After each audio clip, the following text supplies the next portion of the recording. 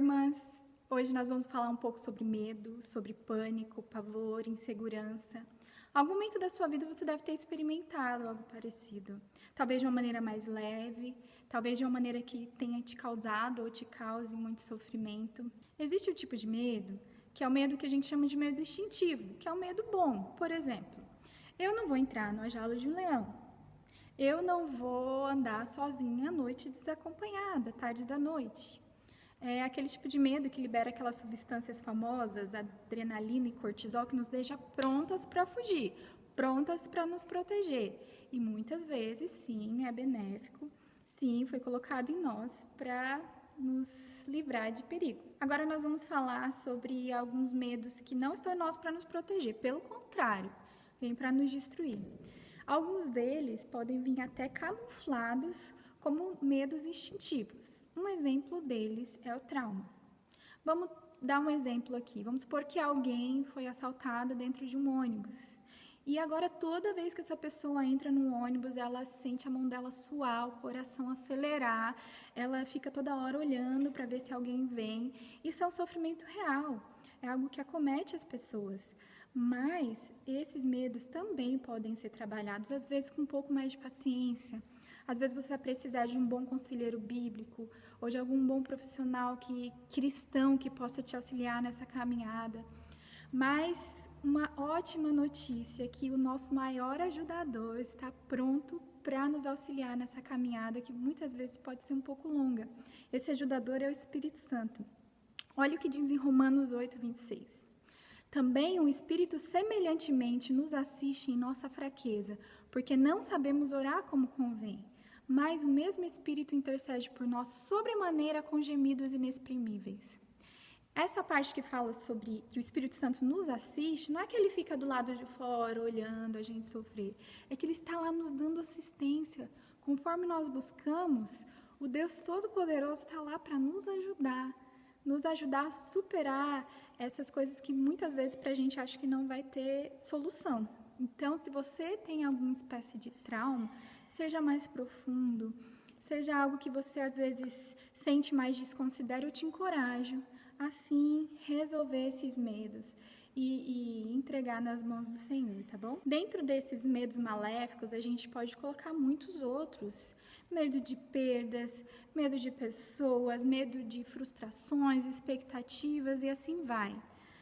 Alguma outra oportunidade a gente pode conversar mais a fundo, se vocês quiserem, um dia sobre cada um deles, ou porventura algum que você tenha dificuldade, mas hoje, como eu quero que o vídeo fique curto, a gente vai abranger um pouco e falar um pouco sobre medo do futuro, certo? Que é o que tem nos acometido esses dias, sobre o Covid, eu creio que vocês estão bem por dentro disso, mas para vocês verem a que extremo chega, eu li um estudo esses dias que fala que nas 2 últimas semanas morreram 8% a mais de pessoas com ataque cardíaco do que nas semanas anteriores ao vírus. Ou seja, muitas pessoas morrem pelo medo, mais pelo medo do que pelo objeto que elas têm medo. No decorrer da Bíblia, dependendo da versão, você pode encontrar mais de 300 vezes a palavra não temas. Ou seja, você tem um banquete espiritual à sua disposição para te dar esse ânimo, esse encorajamento de não temer. Mas eu vou deixar um versículo para vocês que está em Salmo 23:6, que fala: bondade e misericórdia certamente me seguirão todos os dias da minha vida, e habitarei na casa do Senhor para todo sempre. Eu gosto de colocar o meu nome em alguns versículos para se tornar algo pessoal para mim, porque às vezes a gente pensa bondade e misericórdia na vida da fulana, na vida da cicrana, mas não, é válido para nós também. Se o nosso Senhor Deus fala que todos os dias, nenhum sequer, todos são todos, Ele vai estar lá derramando sobre nós bondade e misericórdia. Nós temos que crer nessa promessa, minhas irmãs. Então, olha como em versos que às vezes nós achamos que já sabemos, nós podemos encontrar verdadeiros tesouros e confortos para o nosso coração. Mas e se o meu medo se torna realidade? Isso já entra um pouco no campo da ansiedade, que nós já falamos um pouco sobre isso. Mas mesmo assim, eu quero deixar um versículo para você aqui. Romanos 8:31-39. Que diremos, pois, à vista dessas coisas? Se Deus é por nós, quem será contra nós?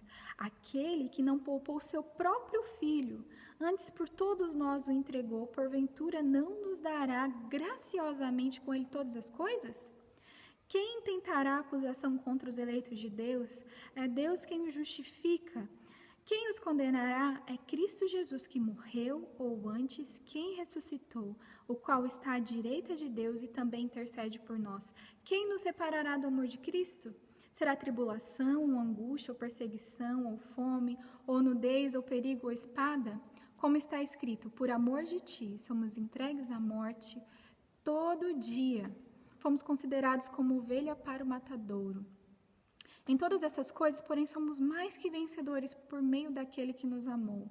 Porque eu estou bem certo que nem morte, nem vida, nem anjos, nem principados, nem coisas do presente, nem do porvir, nem poderes, nem altura, nem profundidade, nem qualquer outra criatura poderá nos separar do amor de Deus que está em Cristo Jesus.